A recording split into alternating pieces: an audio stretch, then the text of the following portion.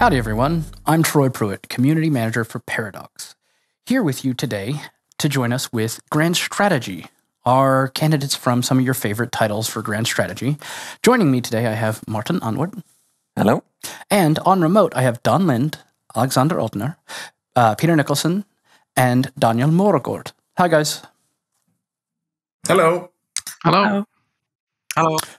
So today, we are here to join you with information about Grand Strategy games and a discussion about the future of Grand Strategy games. So for those of you that aren't familiar, maybe at home, Martin, could you explain what a Grand Strategy game is? Yeah, so Grand Strategy is essentially what the Paradox Development Studio does. It is simulation-heavy games. A lot of them are historical, but not all of them. Solaris, for instance, take place in the future. And they tend to be focused on playing a nation or a character, controlling territory, and generally competing in various ways, be they military, economic, or sort of societal, against other entities. Right. So Grand Strategy is very much something dear to our hearts. It's where we started. It's our kind of our dojo, as it were. We kind of fantasize as these people that are played as a character or a nation, sometimes both, controlling territories and otherwise expanding our power throughout the globe. But this is not always the case. Sometimes we think about ideas that could be different. Maybe not a nation, maybe not a character. What particularly does that look like for the future? Well, I mean, I can't obviously give any promises for the future, but It's definitely something I think several of us have thought about, is how can we expand this concept of playables, because there's a lot of these sort of spheres we haven't covered yet. I mean, typically, like I said, you tend to play a character, you tend to play a nation, but more crucially, you tend to sort of control territory, tax territory, be a government of some sort. And one thing we really have only very much like dipped our toes into is playing as any sort of non-governmental entity. For example, if you play as a corporation that doesn't control territory directly, but rather has financial assets and sort of acts inside countries rather than being the countries, or playing as a character in, just taking an example here, the World of Darkness, a vampire, where you don't own territory, but rather you sort of fight for influence, and you influence and control governments from behind the scenes. And Peter, I know this is kind of in your dojo as well, but this is where does the Grand Strategy design space go next? And this has been something on your mind, and I understand it's something you have thoughts on. Absolutely. And I think my thoughts largely echo Martin's here. I think one of the logical places to go next is looking at different perspectives, different playable perspectives, particularly as Martin's mentioned, the idea of playing a corporation. And I think that can be extended outwards. You can imagine a Grand Strategy game where you're a non-governmental organization. Maybe you're a corporation, as Martin says. Maybe you could experiment with playing a culture.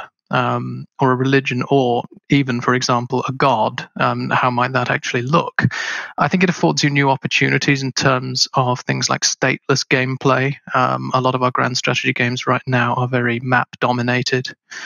Stateless play is something that we experience in games like Crusader Kings with characters, for example. But perhaps we can, look further into what that might look like using other perspectives.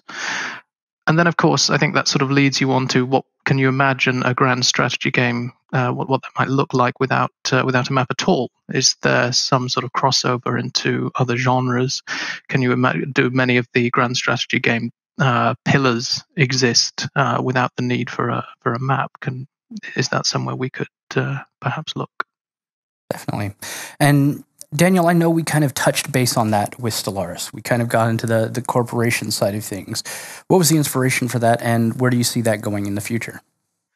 Well, I think we mostly touched on the fantasy in that specific example. I don't think we really, truly got to the extent that we're talking about here when playing like asymmetrical or sort of stateless or non-state agents.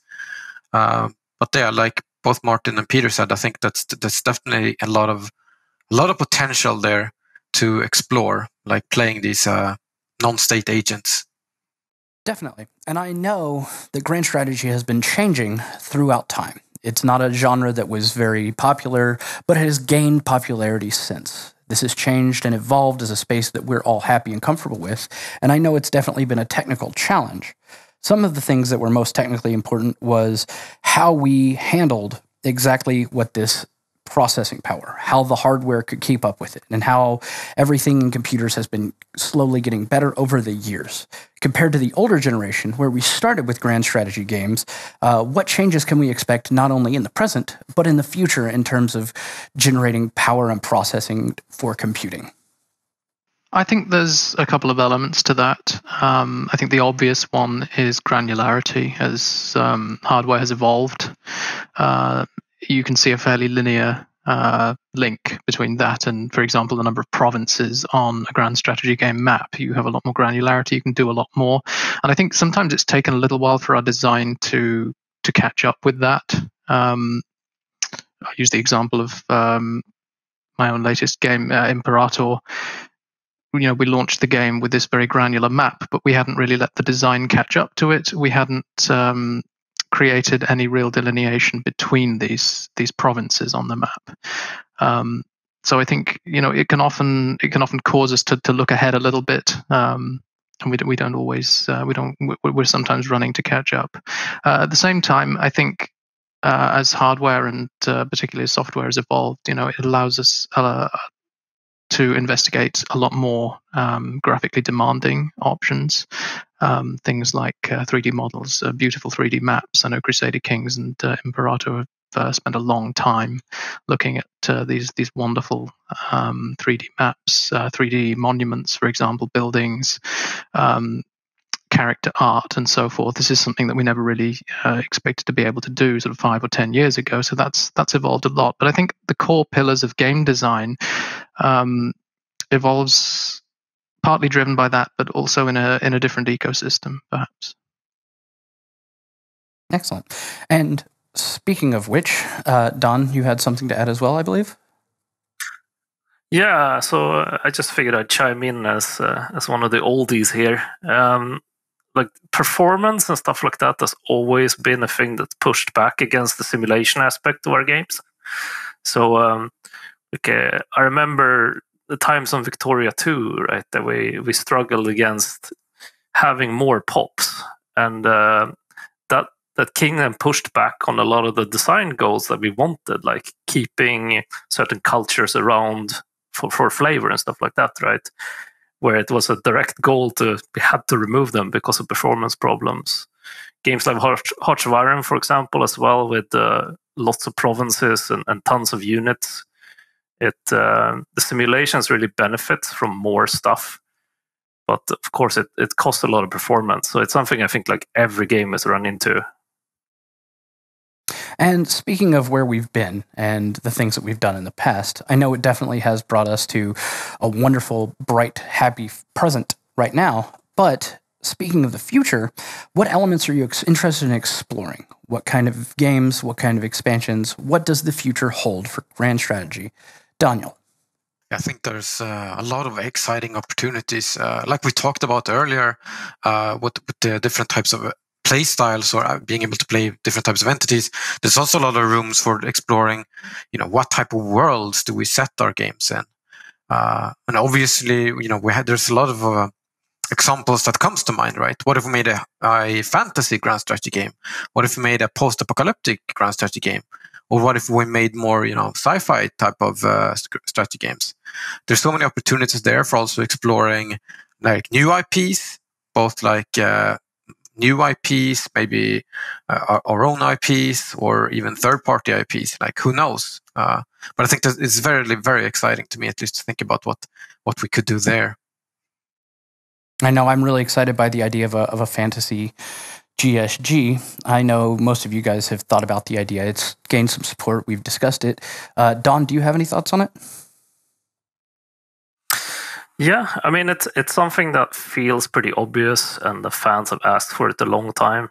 I think I even written up a pitch once or twice about talking swords, and I think it's one of those areas that we haven't touched yet that makes sense. Same as with post-apocalyptic, which is more of a bridge between the historical realism games as well. So I think there's a large fantasy there in, well, playing a fantasy strategy game. And we discussed this last PDXCon, right, Martin? You specifically spoke about this. What are your thoughts on the idea? Yeah, no, I absolutely, as I more or less said last PDXCon, I think it's just an area, just like Don said, that makes a lot of sense for us to go into. And I really wouldn't be surprised if we end up making a grand strategy fantasy game sooner or later. And I know this is all kind of near and dear to us. We've all kind of been down that fantasy path. We all love video games. We all love grand strategy. How much do you think life experiences have impacted your game design? I know it's very, very dense for both of us sitting in the studio, but also for you guys at home. And specific, maybe Dunn, what do you think? How much has life experience impacted your creation of games? So I don't know if life experience as such has impacted the games. It's not like I was put in a certain position and got inspired by a game, but for me it's a lot about the like stuff I read and watch and movies and stuff like that. So I usually take a lot of notes when I read books or watch movies for inspiration. And usually when I'm, say, starting a new expansion for Hearts of Iron, I'll do that by watching a bunch of documentaries or movies and sort of like getting inspiration out of that, basically. And so I think that's probably the biggest influence for me, at least. Mm-hmm. And Martin, would you like to chime in? Yeah, I can just add that it's a very similar way. For example, now that I've been working on Victoria 3, I, of course, have consumed a lot of books. My bookshelf is quite littered with 19th century history books, and similarly, when I was working on Stellaris, I read a lot of sci-fi. Still read sci-fi, but what I'm working on does tend to some degree govern what I read and watch. Right. So it's kind of a both ways relationship, I would say. Yeah. And, you know, especially for the historical things, I really like seeing the influences, the things that, you know, shaped us, what our interests in. I know, for instance, Imperator definitely was historically accurate. I felt alive in that history. Peter, how did your interests and your life experiences shape the development of your game design? That's an interesting question. 4 years ago, I wasn't in this industry at all. I was a musician, effectively, and I had no ambitions to suddenly join the games industry. It came as a bit of a surprise to me, and went very quickly from there on in. So I think a lot of my experiences, my life experiences, are in a different creative industry, and that I find that does affect the way in which I approach design, particularly, but also the way in which with a focus on history, the way in which I approach what some people would term historical accuracy. That's something perhaps I term historical plausibility, or historically informed design. And that actually comes from my musical history, where we have a practice called historically informed performance. If you're performing a piece of music, you don't expect it to sound as it did in the 1700s, but you expect to give it as much effort to find out how it might have sounded, maybe use the right instruments and so forth, in order for it to sound authentic. And that is something that I really tried to bring over into the game design philosophy with Imperator. I wanted things to be authentic and plausible, but I wanted to try and avoid this idea of having to be historically accurate, because I think that achieves the wrong goal. Yeah. Yeah, that's definitely a fine line to walk, is making sure that your game is entertaining, historically accurate, informed, and feels like an authentic experience that you want to enjoy. Speaking of which, we've all launched games here. We've all gone through the process of pre-launch, launching the games, seeing it grow and seeing it develop. One of the things that really interests me, especially coming from community, is seeing how we handle design in pre-launch versus post-launch, and then moving into expansions and DLC in the future. Alex, you and I worked very closely on this. What are your thoughts on how to shape pre-launch, launch, and post-launch support for the games? I would like to start off by saying that I do really believe that design before a game is released is very different from when it is released, right? Before it's released, you think about the entirety of the full picture. Everything that goes into it needs to be interconnected and fit together really well. And you're also shaping the core experience. While post-launch, you go into a different mindset because you still want to evolve the game, but you can't change it too much anymore. You can't make drastic changes that make the game into another game. Harkening back to what we were talking about regarding new playstyles, for example, that's something I am very interested in. I think there's a place for a grand strategy game to explore an entirely different way of playing, for example, a god or a culture, as mentioned. But I also think that a released game can support more playstyles in the same world, right? You always want to influence the world. And how you do that, you can give more ways of doing it, new styles, and make them play well together. That's a design challenge I personally love to think about and solve. Like, how can we make things mesh together well and live in the same world and have an equal measure of influence, even though it's different? Right. And I know that we have published a lot of things that have changed how we view the grand strategy gaming segment, especially in Stellaris. And Daniel, I know it's been a challenge for you, maybe a good one, maybe a difficult one, getting through this far with not only PC, but also console support and making sure that your DLC works and meshes well on both. How has that challenge been for you? I mean, obviously, that specific thing has been a new challenge for us at the development studio. So, I mean, it's definitely not been easy, but it's not been as hard as one would expect either. We're lucky in the sense that we're working with sort of we're not having to do something new at the same time either. Like, we're trying to adapt something that we've already made. So in that specific example, I think we're doing pretty well, actually. Obviously, there's been a lot of learnings, and it would be interesting to see like how quickly we could catch up, and if it would be possible for us to keep working on both platforms at the same time. But right now, it's too hard to tell, and technically, they are two different games that are share some code, but there's also a lot of code that's different. So, yeah. There's a lot of good learnings to be had, I think.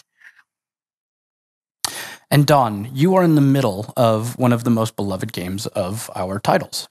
How is the support of DLCs, and how do you classify what you're going to do next? How do you work on the next DLC? What is the process for that for you? All right. So actually, it's the sort of broad strokes is still roughly a plan I made before release. We've done some changes in the order of stuff, but that sort of is like the rough sort of overarching plan. Although that one's almost done, actually. And otherwise, it comes down to listening a lot what the community wants. And see how that fits into your big plan, because you usually need to do some compromises both ways. There's a lot of thought put into like when stuff makes sense. Like you can't do all of the things most requested first, for example, because then you get some weird hybrid DLC with no real clear theme or focus or anything like that. You also have to think about the resources that you have, because if you're trying to tackle a lot of very difficult programmer things at the same time, that's going to be very difficult for your team, right? So you want to try and have a balance in all of the things that you release.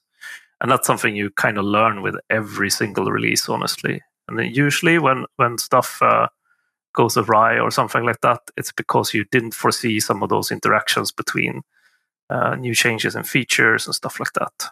I try to think about the community as different people a little bit, because at least the Hearts of Iron community is fairly split. You have people who are very much into the World War II strictly historical path, and then you have people who like the multiplayer aspects or like the more freeform alt history stuff a lot more.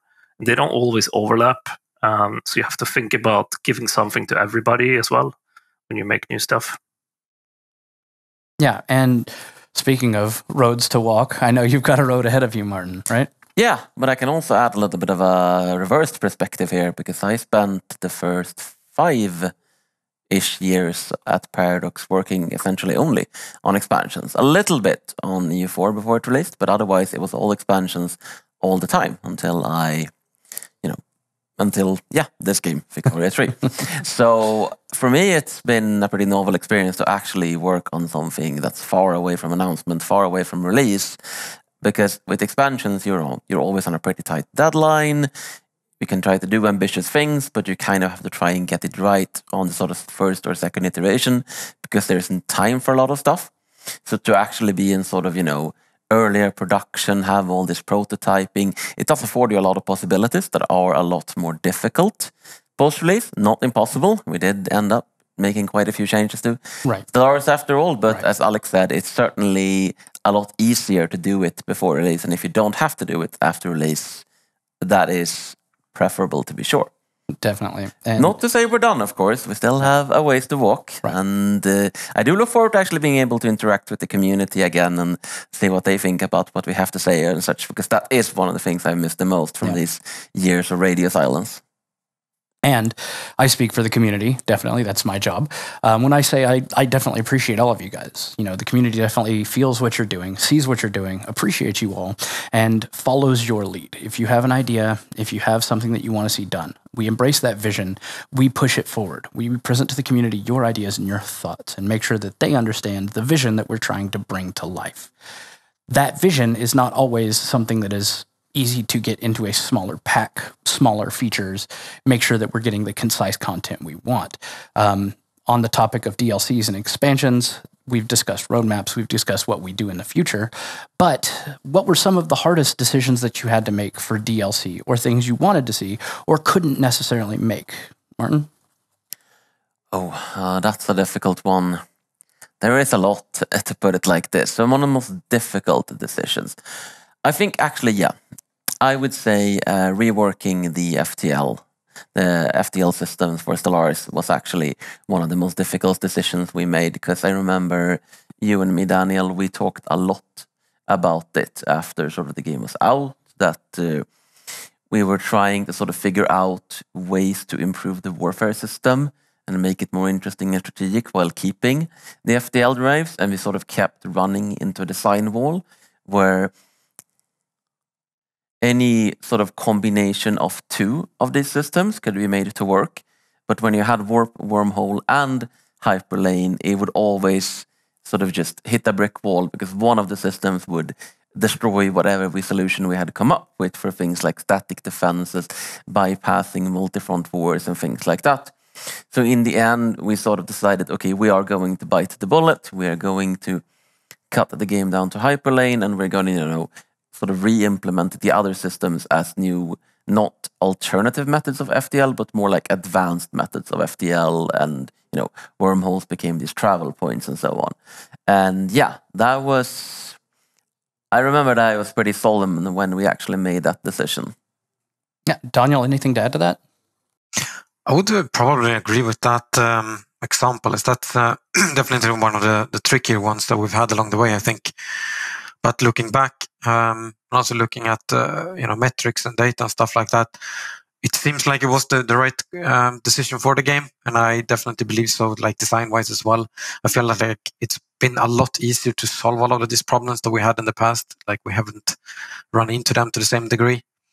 So it's definitely been like a good track for the game. And I'm also thinking of like the question again, like if there was something after that was tricky from my side, but I don't think it's anything specific, to be honest. It's more so like when you're working on new expansions and DLC, it's more like finding that balance that I think Dan and others talked a little bit about before. It's like you have to come up with a theme. Yeah, but you also have like these ideas of how you want to make the game better or add these cool things. But then you also have like, outstanding, technical issues or quality of life things that you want to improve. So it's always a constant balance of like, how do you get the most bang for the buck pretty much, while also keeping a strong theme so that it's exciting, like the new stuff that you're putting into the game. And Peter, I know that this question kind of is something you always think about in the strategy and planning. Any thoughts on it? Oh, where to start? I think for Imperator, this was a question that was at the forefront of my mind quite often. We had a fairly concrete vision of where we wanted to be a year down the line after the big 1.2 release. But getting there was the interesting challenge, I think, because in order to get to that vision of where we wanted to be a year down the line, we couldn't simply go dark for a year. We have to be able to split things up and release, keep interest going, keep the community satisfied. So we have to split this idea up into multiple parts. And if you look at the history and the development of Imperator as a game, you can see how each of the successive updates in the latter year built on the previous one in order to create something that together made, I think, a lot more cohesive sense than each individual part. And you had the religion update, the culture update, and both of these sort of funneled together to create the big Marius warfare update. And in an ideal world, I'd have liked to do all of that in one, but having to split things up into manageable chunks was definitely the right way to do it. It was a lot easier to develop that way. But it didn't come around to sort of displaying that the fruition of the design until that moment. So I suppose that would be my answer there. And Alexander, we kind of have the opposite problem on CK right now. We're very early in development. We haven't released a lot of content, so we have a lot of content that we want to release, a lot of things that we want to see. How does that shape or impact your roadmap or vision for what we bring out for the next DLCs or contents that we may be working on in the future? There's so much I want to do, really. A challenge that is unique to CK, I would say, is that you need to properly balance the game around a different type of player, almost. I would like to place CK in a bracket where it's equally important to focus on immersion and role-playing and consequence of your actions as it is to focus on balance. Of course, you can never make something that is, let's say, a pure role-playing feature without any connection to the game at all, because then it would be disconnected. But it's definitely a different type of design space. You think about what sort of experiences you want the player to have on a very immersive, sort of grand scale, not necessarily with balance in mind first. And this produces a different type of process where you try to marry this immersion, this role-playing aspect, this very unique character-focused ideal of Crusader Kings with the game itself, and make all the systems interact nicely and feel like they produce a cohesive experience. The sort of ongoing narrative, the emergent stories. And not to completely switch gears and change topics here, I don't want to really railroad you guys, obviously. I value all of your inputs and everything. But we've discussed fantasy. We've discussed the idea of a post-apocalyptic, possibly, idea for GSG. But one of the things that's kind of been kicked around the community a lot is present day. Why have we not considered a present day one? I'll toss this over to Don. Right. I think we have a couple of times. It's there's a couple of unique challenges that come with it, I would say. One is that it's no longer so simple to represent conquest and control and stuff like that, because you don't have full world wars anymore, right? And on the other hand, it's also very close to us, right? So that makes a lot of stuff very, very sensitive. So this is something I tackle a lot in a World War II game, right? And there's not that many people alive still who had a connection to that, right? At least directly, right? But if you start looking at things that are like 20, 30 years ago, or even 5 years ago, right? It becomes very close to people. And if you're gonna do a game like this, I feel like it needs to be the entire world. And then you have to be an expert on everything everywhere to not accidentally step in the wrong stuff, right? Or misrepresent things. It becomes very, very difficult, right? I feel like the only way to really pull it off is to do it sort of extremely iteratively, or try and do it more like in a joking manner with like social critique and stuff like that, where it doesn't get so serious, basically. Yeah. But I think it's very difficult. Yeah, and Martin, something to add to this? Yeah, I can just add that another way to pull this off would, of course, to actually be to make it alt history rather than full-on history, which may not exactly be what people who are asking for a modern era game are looking for. Right. But it would be one way to sort of take this tack, because if you're saying, oh, this is the alt history where the Soviets won the Cold War, or this is the old history where this thing happened, or whatever, then you can make something that's kind of like the modern world and reflects on the modern world and has some similar events, but that doesn't directly go, here's our interpretation of what happened 10 years ago to people that are very much alive today, and, right. Getting into that thorniness. Right. The risky territory of, well, we're here already, and what happens if something progresses past this point? Yeah. Yeah, exactly. Yeah, it's a very tricky subject, one that maybe one day we will tackle. Maybe we'll do the alt history route, but it definitely does warrant further discussion. And on a lighter note for you guys, it's been a rough year, for all of us. But what has been one of your favorite highlights from the creation process over the past year and a half, Martin?